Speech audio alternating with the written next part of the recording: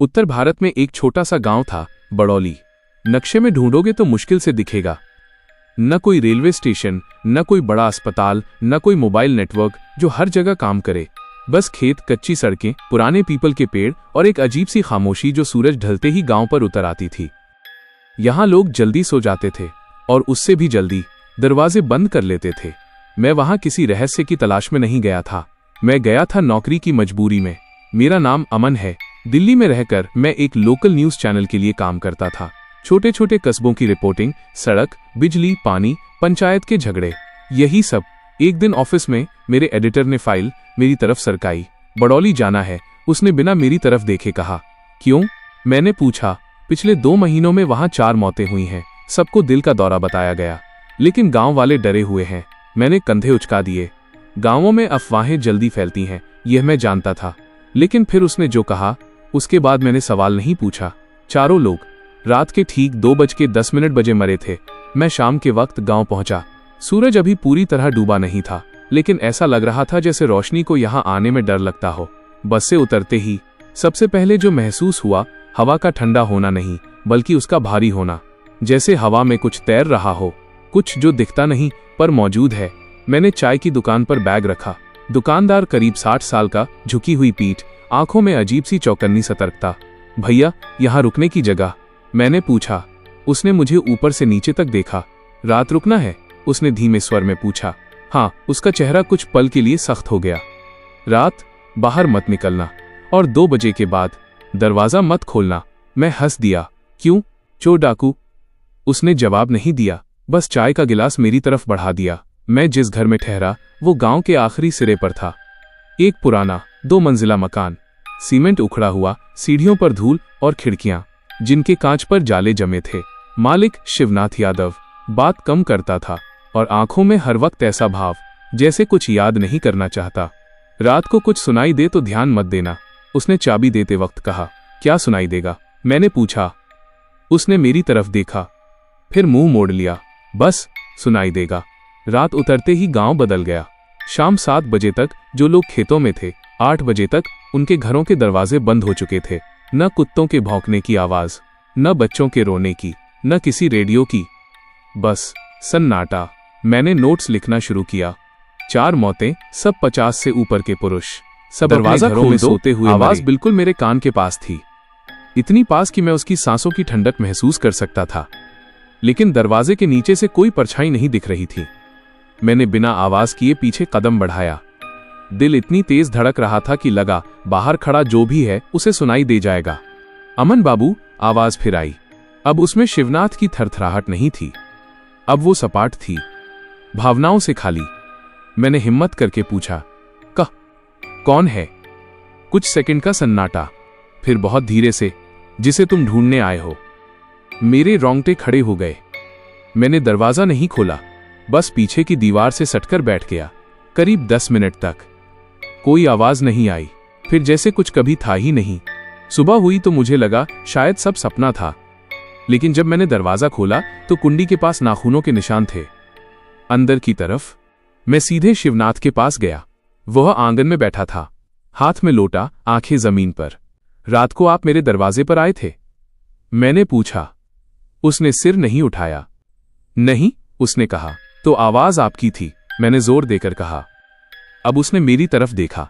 उसकी आंखों में डर नहीं था, उसमें थकान थी, ऐसी थकान जैसे कोई सालों से एक ही बात अपने अंदर दबाए बैठा हो। अमन बाबू, वो बोला, इस गांव में कुछ सवालों के जवाब नहीं पूछे जाते। क्यों?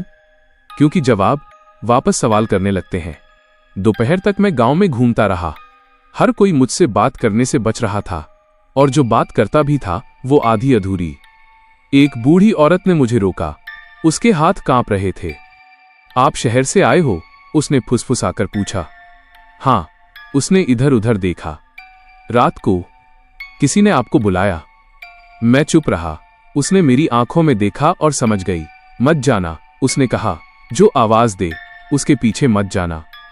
कौन देता है आवाज? मैंने पूछा। उसने मुंह पर आंचल खींच लिया। वो जो गिना नहीं गया। मैं पंचायत भवन पहुंचा। पुरानी रजिस्ट्रों की अलमारी थी वहां, धूल जमी हुई। मौतों का रिकॉर्ड देखने लगा। 4 मौतें वही जो मुझे बताई गई थीं। लेकिन फिर मुझे एक पन्ना मिला, फटा हुआ, आधा जला हुआ। उस पर एक नाम था, रामलाल निषाद, मृत्यु तिथि 17 साल पहले, समय रात के 2:10 कारण खाली।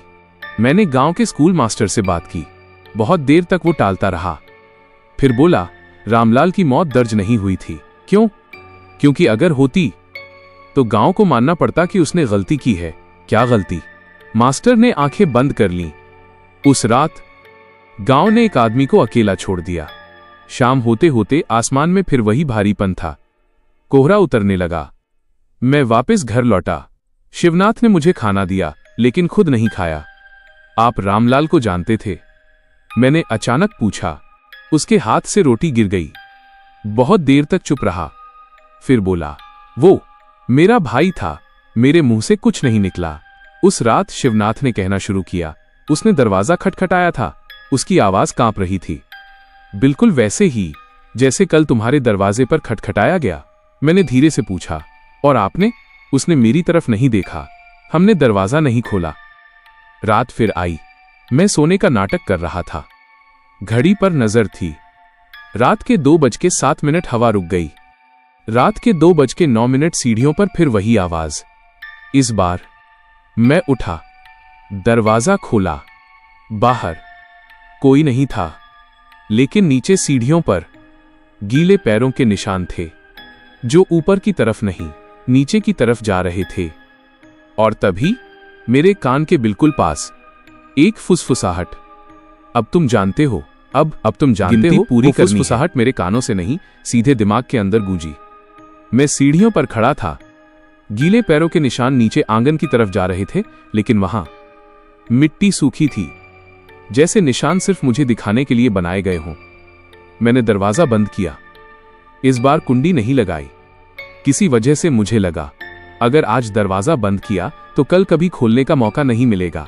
सुबह गांव में अजीब हलचल थी। लोग इकट्ठा हो रहे थे, फुसफुसाहटें थीं, और हर कोई बार बार घड़ी देख रहा था। क्या हुआ? मैंने एक लड़के से पूछा।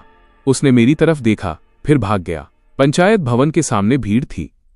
बीच में एक लाश, हरिराम पांडे, उम्र करीब 55, चेहरा नीला पड़ा हुआ, आंखें खुली, मुंह आधा खुला, जैसे कुछ कहना चाहता हो।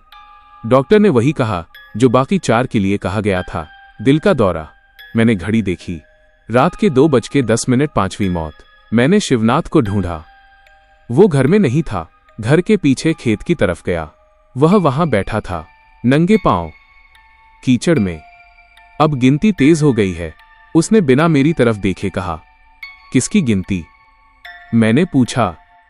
उसने जमीन से मिट्टी उठाई। उनकी, जो उस रात थे। कितने लोग थे? उसने पहली बार मेरी तरफ देखा। पूरे गांव जितने। मैंने जोर देकर पूछा। उस रात क्या हुआ था शिवनाथ? बहुत देर तक वो चुप रहा, फिर बोला, 17 साल पहले ठंड बहुत थी। ऐसी ठंड की सांस लेने पर सीने में दर्द होता था। रामलाल शहर से लौटा था। वो अकेला रहता था। थोड़ा अजीब था, लोग उससे डरते थे। उस रात उस पर चोरी का इल्जाम लगा, बिना सबूत। शिवनाथ हंसा। वो हंसी नहीं थी, वो शर्म थी। गांव में सबूत से ज्यादा डर चलता है। रामलाल को पंचायत में बुलाया गया रात के वक्त, क्योंकि दिन में कोई उसके पास बैठना नहीं चाहता था। उससे कहा गया, शिवनाथ बोलता रहा कि सुबह तक गांव छोड़ दे, और अगर न छोड़ा तो। शिवनाथ ने आंखें बंद कर लीं तो उसे बांध दिया जाएगा। रामलाल डर गया था, बहुत डर गया था।